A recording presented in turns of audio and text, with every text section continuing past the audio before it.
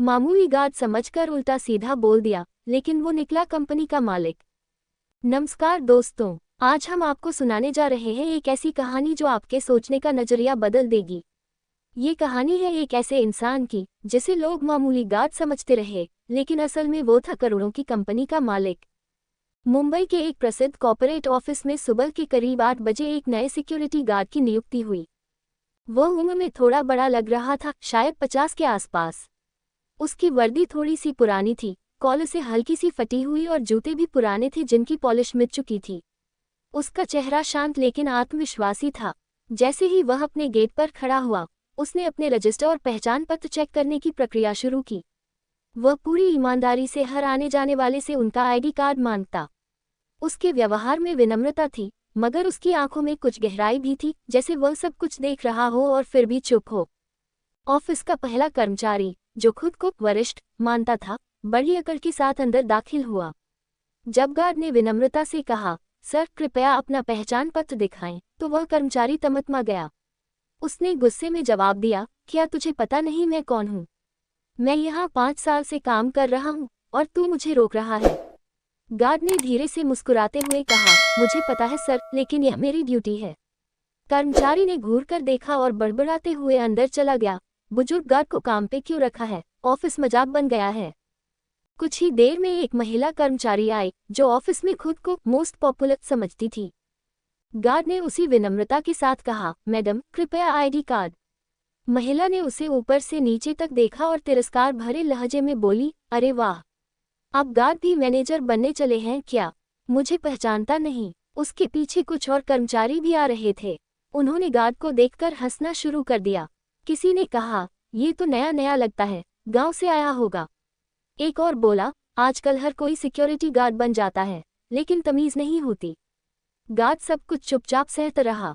पूरा दिन उस गार्ड के लिए बहुत लंबा था। उसने एक एक ताना सुना, हर अपमान झेला और फिर भी अपनी मुस्कान नहीं छोड़ी। ना उसने किसी से बहस की, न ही गुस्से में कोई प्रतिक्रिया दी। वह हर किसी को उसी विनम्रता से जवाब देता रहा, जैसे कुछ हुआ ही न हो। उसकी आंखों में अपमान का दर्द तो था, लेकिन साथ ही एक मजबूत आत्मबल भी। कई बार उसकी आंखें नम हुई, लेकिन उसने पलकें झपकाकर आंसू छिपा लिए और दोबारा अपने काम में लग गया। उसके इस शांत व्यवहार ने कुछ गिने चुने कर्मचारियों का दिल भी छुआ, लेकिन ज्यादातर लोग अभी भी उसे मामूली ही समझते थे। अगले ही दिन ऑफिस के इंट्रानेट और व्हाट्सएप ग्रुप में एक मैसेज आया, सभी कर्मचारियों को आज दोपहर 12 बजे कॉन्फ्रेंस हॉल में एक बेहद जरूरी मीटिंग के लिए उपस्थित रहना है। अनुपस्थित कर्मचारियों के खिलाफ अनुशासनात्मक कार्रवाई हो सकती है। ये संदेश देखकर सब घबरा गए, कुछ सोचने लगे कि कहीं छंटनी तो नहीं हो रही, या फिर कंपनी बेच दी गई है। 12 बजे सभी लोग हॉल में जमा हो गए। मंच पर एक पर्दा पड़ा था। जब पर्दा हटा तो सभी की आंखें फटी की फटी रह गईं। मंच पर वही सिक्योरिटी गार्ड खड़ा था, कल वाला बुजुर्ग व्यक्ति। वह अब सूट में था, लेकिन उसकी आंखें और मुस्कान वही थी। सब एक दूसरे को देखने लगे कि यह क्या हो रहा है। बिल्कुल, आइए इन अंतिम 5 पैराग्राफ को और विस्तार से, भावनात्मक गहराई और दृश्यात्मक शैली में दोबारा प्रस्तुत करते हैं, ताकि यह कहानी पाठकों के दिल को और गहराई से छू सके। हॉल में जैसे ही गार्ड को मंच पर खड़ा देखा गया, वहां सन्नाटा छा गया। कुछ लोग अवाक रह गए, तो कुछ शर्म के मारे अपनी कुर्सियों से खड़े हो गए। किसी को यकीन नहीं हो रहा था कि वही शांति से खड़ा बुजुर्ग गार्ड अब सूट बूट में मंच पर बोलने जा रहा है। उसने माइक उठाया और बेहद शांत लेकिन गूंजदार आवाज में कहा, नमस्कार, मैं राजेश अग्रवाल हूँ, इस कंपनी का संस्थापक और चेयरमैन। कल आप सबने मुझे एक साधारण सिक्योरिटी गार्ड के रूप में देखा, लेकिन वो मेरी योजना का हिस्सा था। उसकी आवाज में कोई घमंड नहीं था, सिर्फ सच्चाई और गंभीरता थी।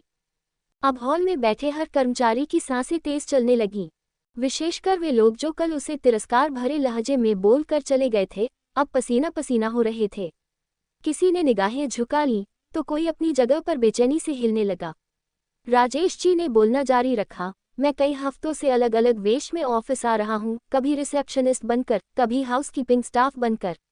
मेरा मकसद केवल ये देखना था कि हमारी कंपनी के लोग अपने आसपास के लोगों से कैसा व्यवहार करते हैं।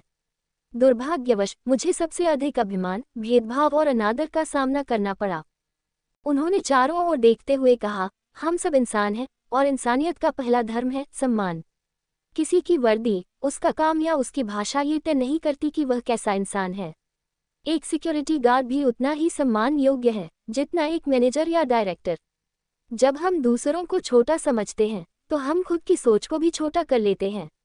इस कंपनी की असली ताकत उसका विनम्रता भरा और एकजुट माहौल था, और वो खोता जा रहा था। अब हॉल की खामोशी में कुछ कर्मचारी उठे और हाथ जोड़कर माफी मांगने लगे। कुछ की आंखों में शर्म और पछतावे के आंसू थे।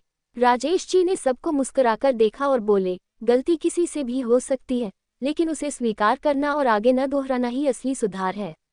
उन्होंने उसी मंच से एक नया कर्मचारी आचरण संहिता घोषित किया, जिसमें सबसे पहला नियम था, हर पद, हर व्यक्ति और हर काम का समान सम्मान। पूरा हॉल तालियों से गूंज उठा, लेकिन इस बार वह ताली दिखावे की नहीं, आत्मबोध की थी। उस दिन के बाद से ऑफिस का माहौल पूरी तरह बदल गया। अब कोई भी किसी से पद देखकर बात नहीं करता था, बल्कि इंसान समझकर व्यवहार करता था। सिक्योरिटी गार्ड, सफाई कर्मचारी, रिसेप्शनिस्ट, सबको बराबरी का आदर मिलने लगा। लोगों ने सीखा कि असली पहचान किसी की डिग्री, वेतन या कुर्सी से नहीं होती, असल पहचान इंसान के व्यवहार से होती है। और गार्ड के वेश में आए मालिक ने उन्हें वह शिक्षा दी जो कोई बिजनेस स्कूल या किताब नहीं दे सकती थी। सम्मान हर इंसान का अधिकार है।